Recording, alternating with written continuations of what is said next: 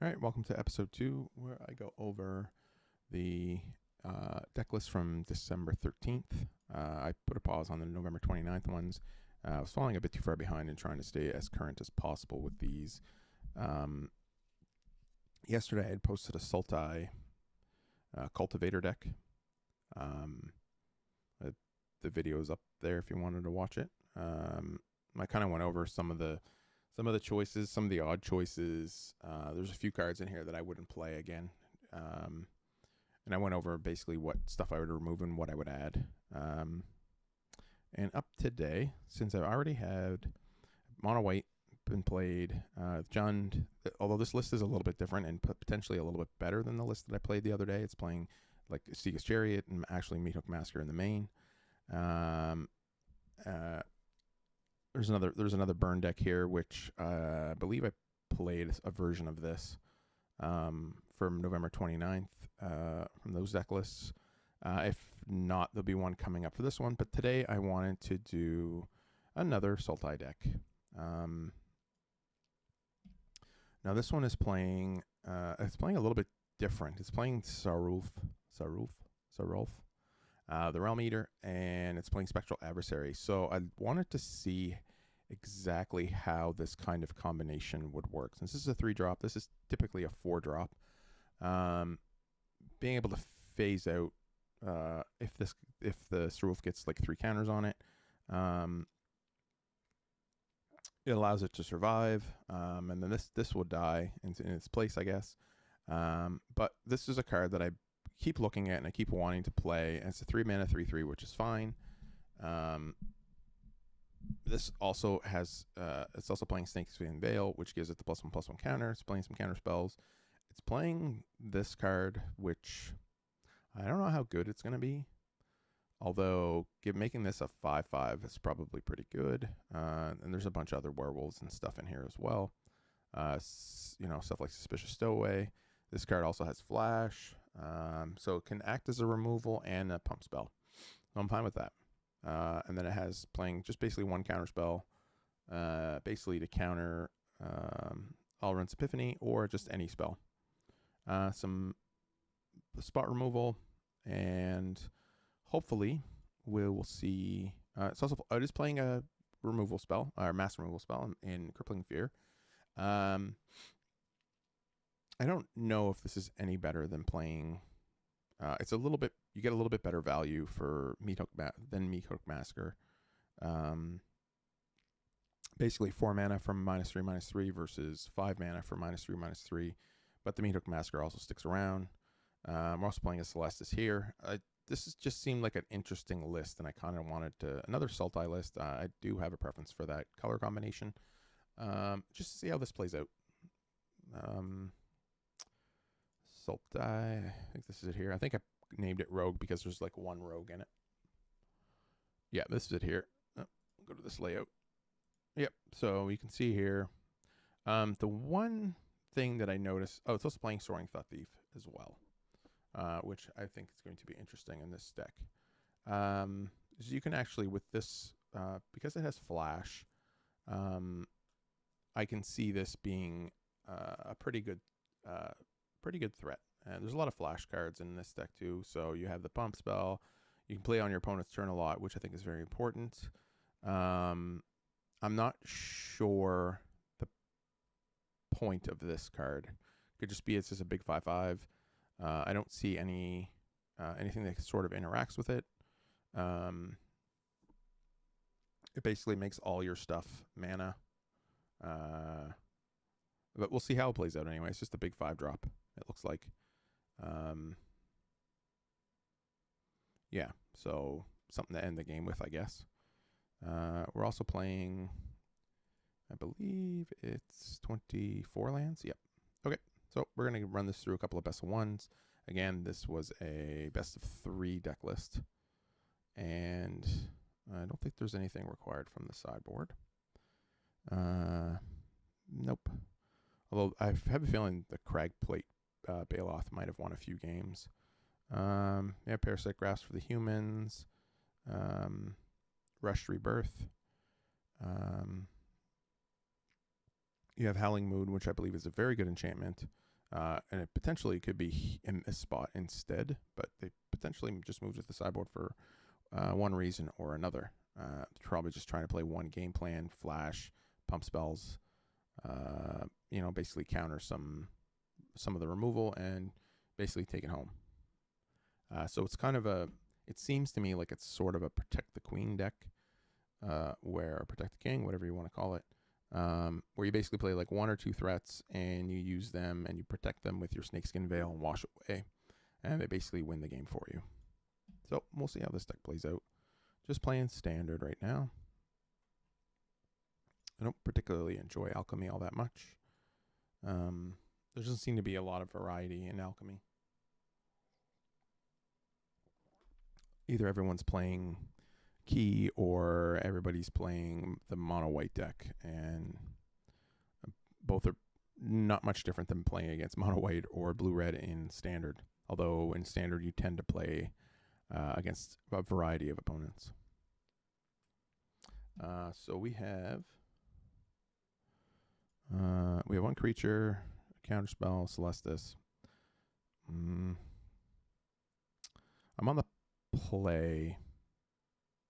This isn't a particularly good hand, but I'm going to keep it anyway.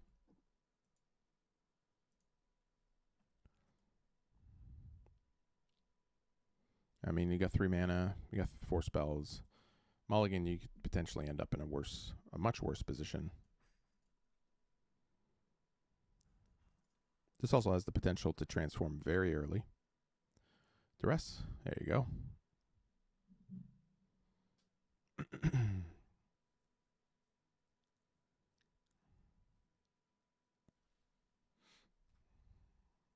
Interesting. That likely means they have a removal spell for our Liberator.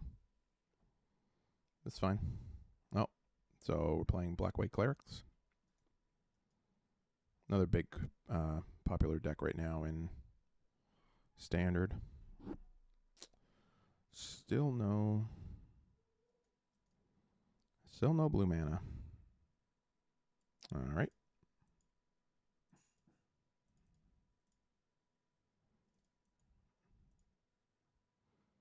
We're going to let it transform. There's nothing I can play anyway.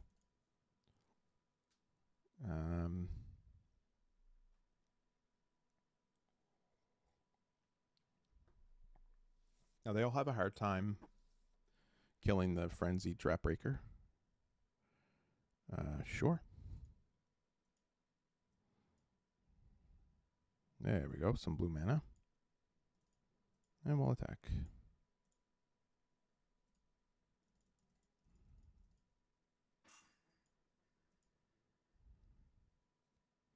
Pass the turn. So again, you kind of see where the Protect the Queen is. Basically, I have Snakeskin Veil and a Wash Away to sort of counter some spells. I do need another blue source to make good use of these. I'm not sure how many are actually in the main deck. It looks like there's quite a few. Yeah, I think we're playing all the main ones. Mm-hmm.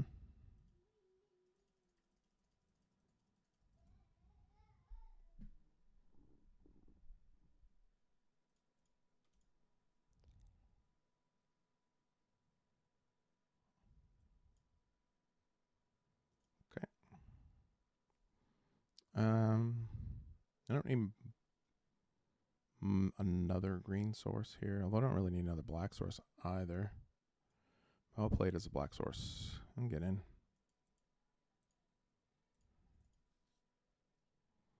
Now past turn. Now we have Soaring Thought Thief, and we have a Snakeskin Veil. And we have this. I have to make sure to use the one that they know about first. Sure.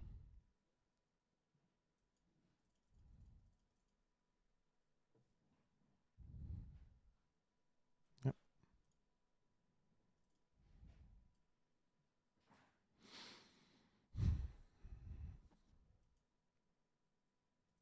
All right. That's pretty good. Good game.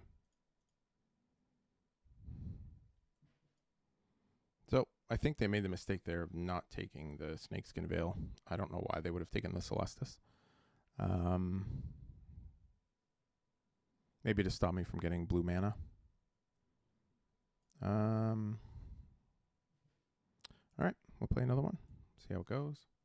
That Outland Liberator, when it flips, it's pretty crazy what it actually destroys. It's probably a card that I continuously overlook when I'm building Sultai decks.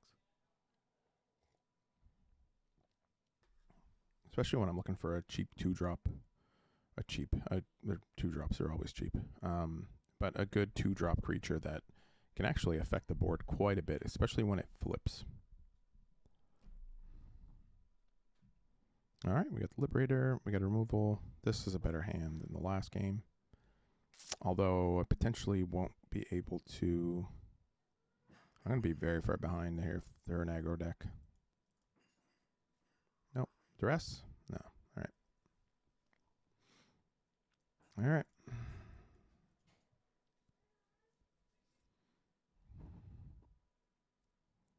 Yep.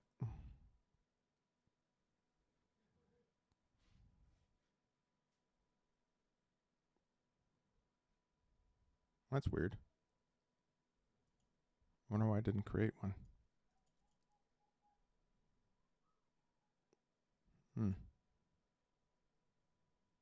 Wonder why that didn't work. Okay, must be a bug. Alright.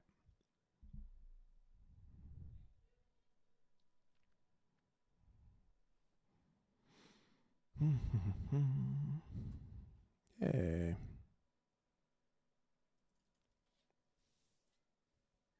Is there a bug for that card now or something? I wonder. It's interesting. Okay. Now I'm going to play... I'm going to play this. And then I'm going to pass. So now I have Wash Away up, or I have the Soaring Thought Thief.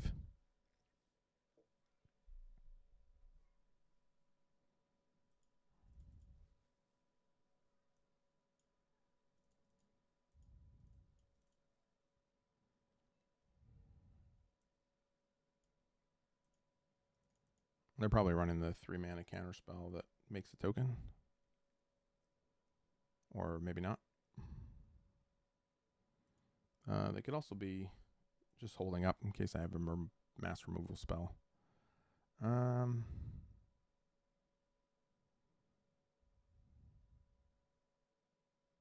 think I want to play this as an island.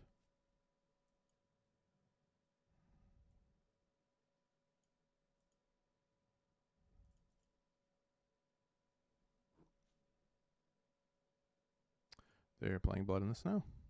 Unless they have village rights. Okay.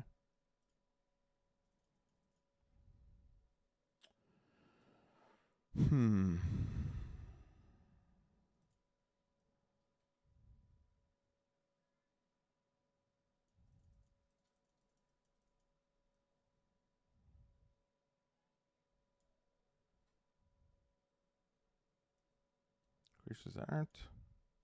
I think we'll just go for this right now. They can likely counter it, but that's okay.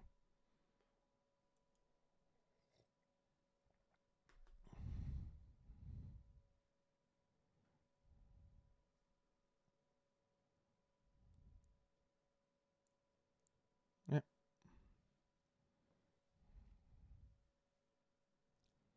Now they'll have the 3-mana counterspell.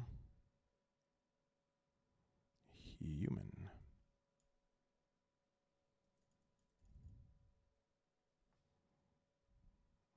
Okay. That's interesting. So typically what I see with these zombie decks is they're playing a bunch of negates or the 3-mana make a zombie, which is probably pretty good.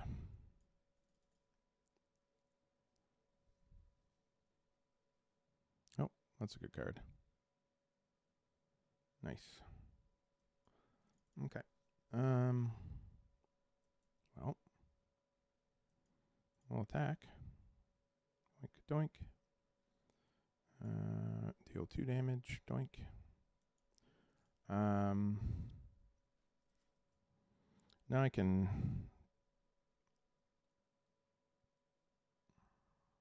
That's interesting. I'm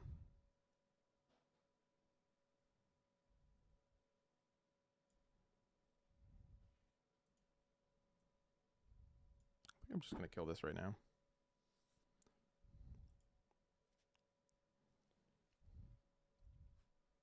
This is a really difficult creature to deal with.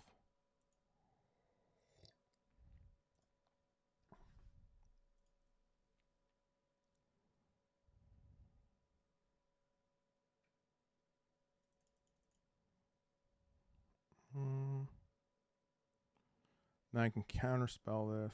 I think I will.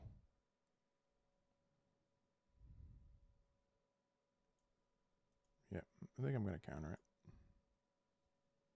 They may have their own counter or another removal spell, which both are fine.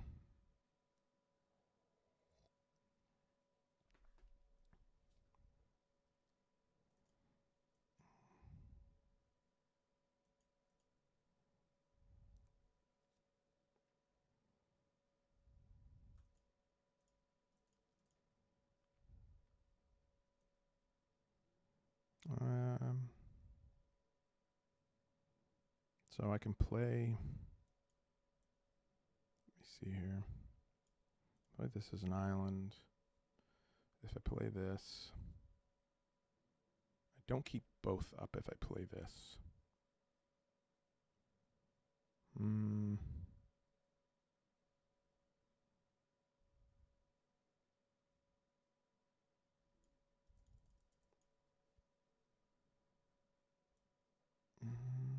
I think that's more important, keeping both of them up right now. I want to avoid getting, I'll probably use it here. Yeah.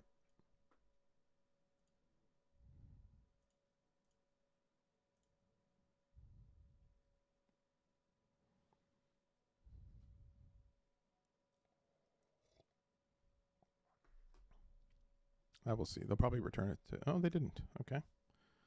It's fine with me.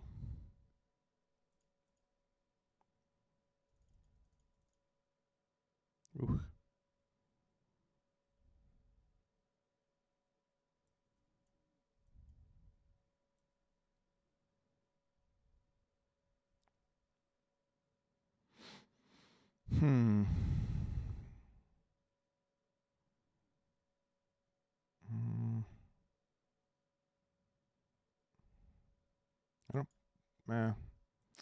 I think I'm going to play this anyway. I don't think it matters. I have the counterspell for the Blood in the Snow, and I'm kind of running out of things to do. And I still keep the Wash Away up.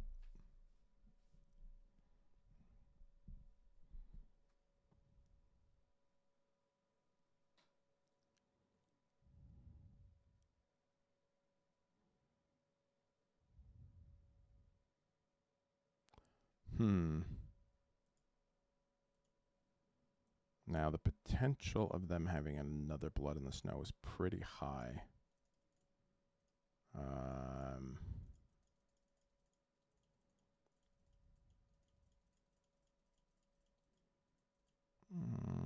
Sure. I don't really have much of a choice there.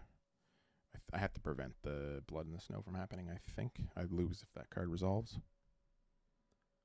No blocks.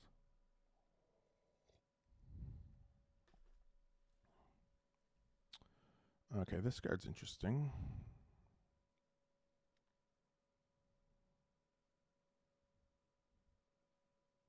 So how many times can I do this? Twice. All right. Let's do attack. Or once, potentially.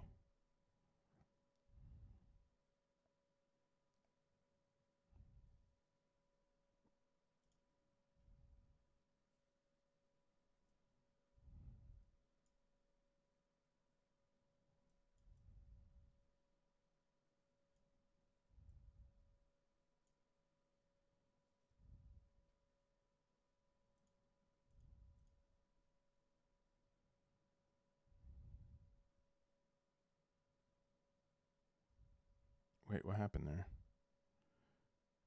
Did it? I don't understand what happened. I don't want to do it again. Decline. Okay. Yeesh. Well, I didn't need to draw another land there. That's unfortunate.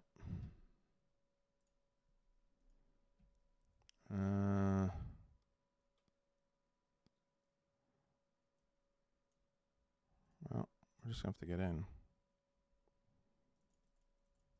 And then there's no point in playing another land.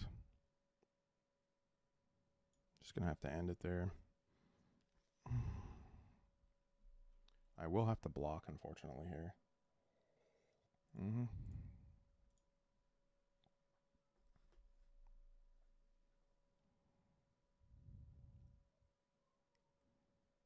Yep.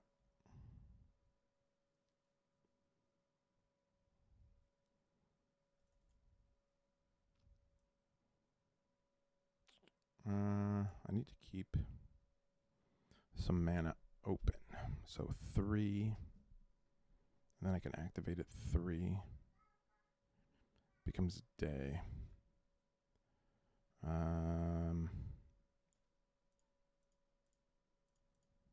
Okay.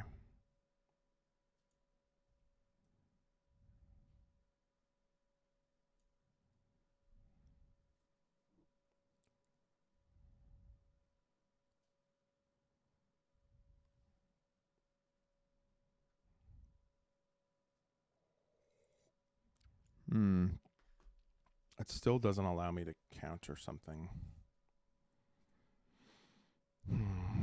Although I am losing here.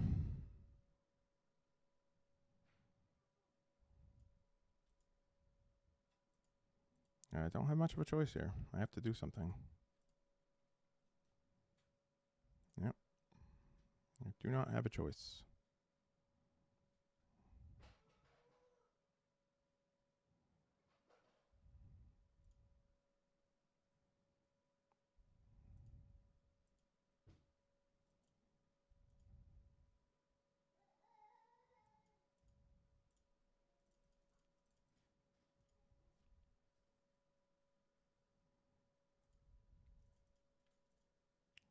Yeah. I probably should have kept this, but it doesn't matter. Yep, you got her. Good game. I kind of drew a few too many lands there. I should have looked over it again. That's okay. All right, we're 1-1 so far. We'll play one more, and then I'll kind of go over where I think there's some changes that could be made here. I can't really say anything about the Ashaya just yet, just because of the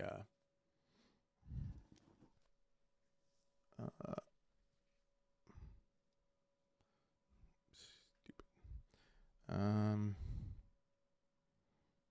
Yep, this is a better hand. I get to play either one of them. I'll probably play this on turn 2, and then I have Snakeskin Veil for it. I can't really speak to Ashaya or Sarulf. I haven't seen them yet.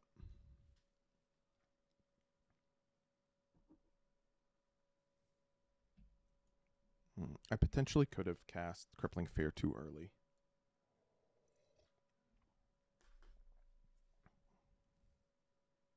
Okay.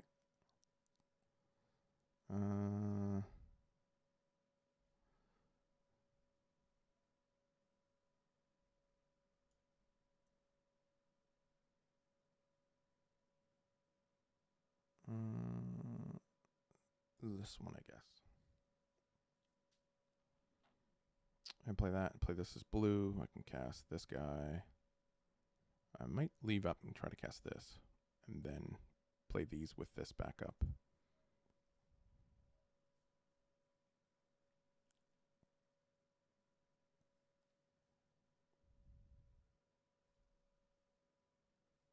Okay.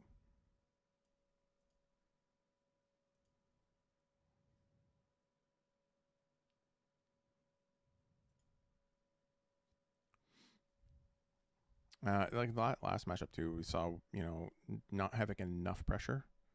The Soaring Thought Thief is good for.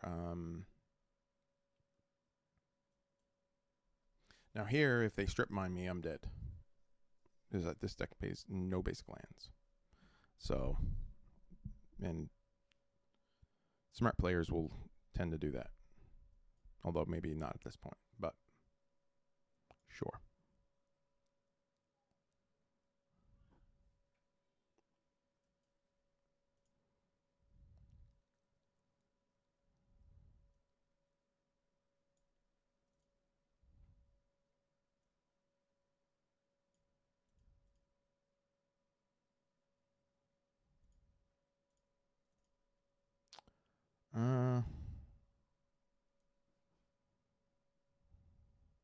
So I have the option of playing double Soaring Thought Thief here. I think I kind of want to get this thing going though. This can potentially draw me a bunch of cards.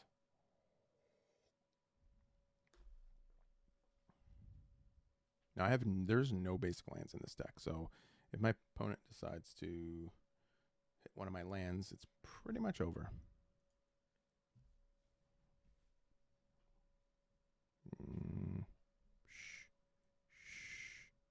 Sure.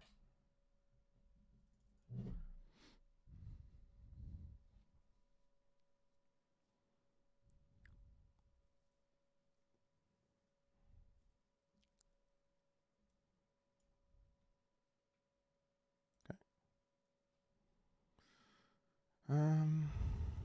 We'll play this. Go to combat.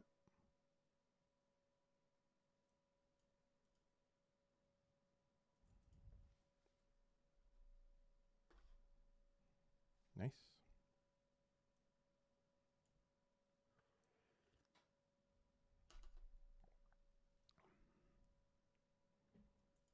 Mm-hmm.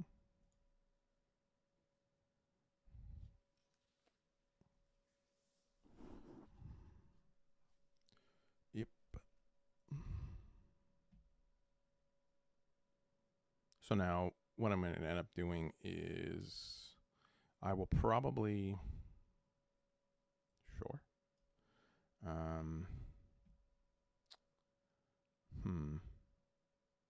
I don't really want to discard a land at this point. I don't. Maybe I do.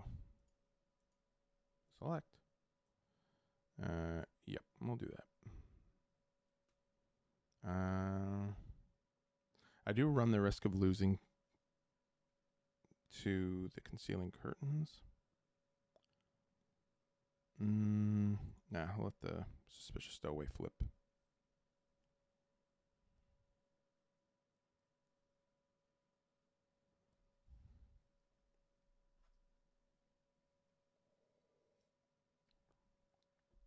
Okay. Opponent needs a... I guess they do have a second black source over here. That's fine.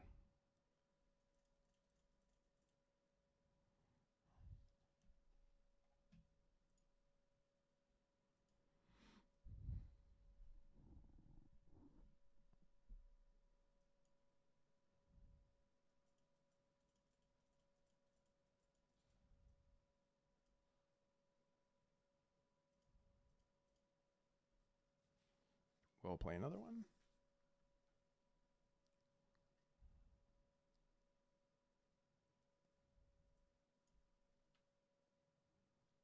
Alrighty.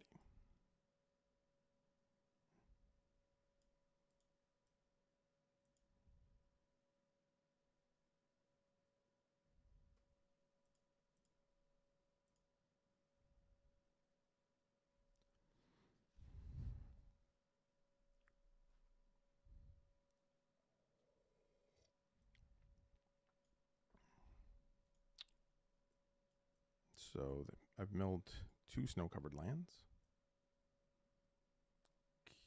Okay.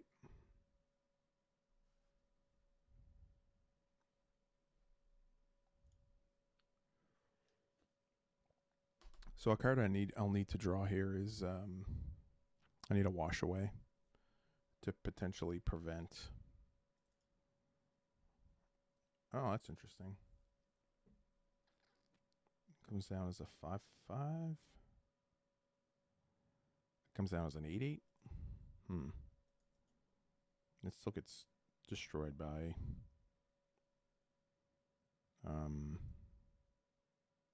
Blood in the Snow.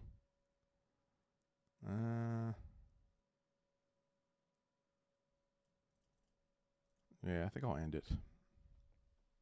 I don't think there's any point in overcommitting here.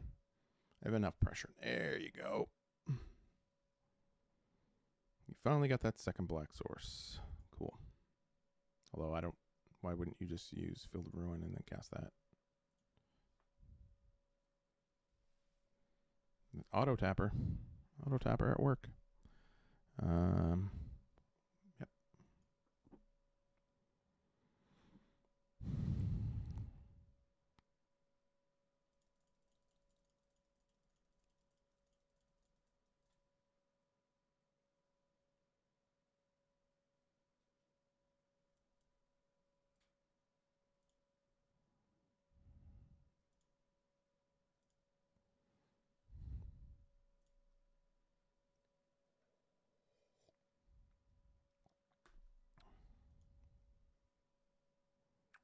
Okay. Play another land. We'll go attacking. Nice. Got rid of that.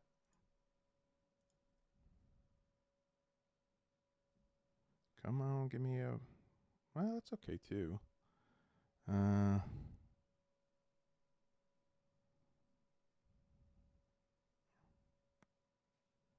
This is a nice big threat after... I think it's gonna be the... I think it's gonna be the land here. And then we'll just... pass the turn. So now we have some protection against Blood in the Snow here. I can phase out the 2 Thought Thieves if I wanted to. Yeah.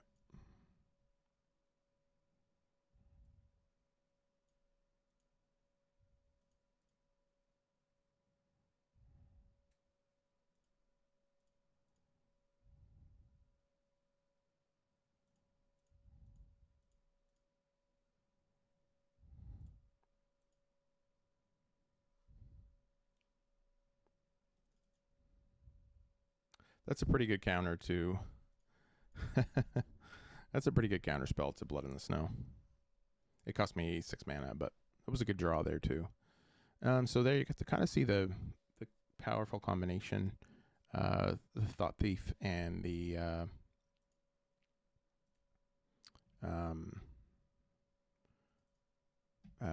Soaring Thought Thief. Although I don't think it would have mattered. It could have been any creatures. I could have saved this. Could have saved that. So I saw Ashaya, but I never wanted to tap out. So there's potential that I don't want that. Potential. There's potential that I want more of this. And yeah, I potentially want 4 of those. I don't know. I think maybe at the 5 mana spot. I don't know about this either. I think actually... what do we have at the 5 mana here? I think potentially this card can come in. Either as a 1 of or a 2 of. I think maybe drop that by 1.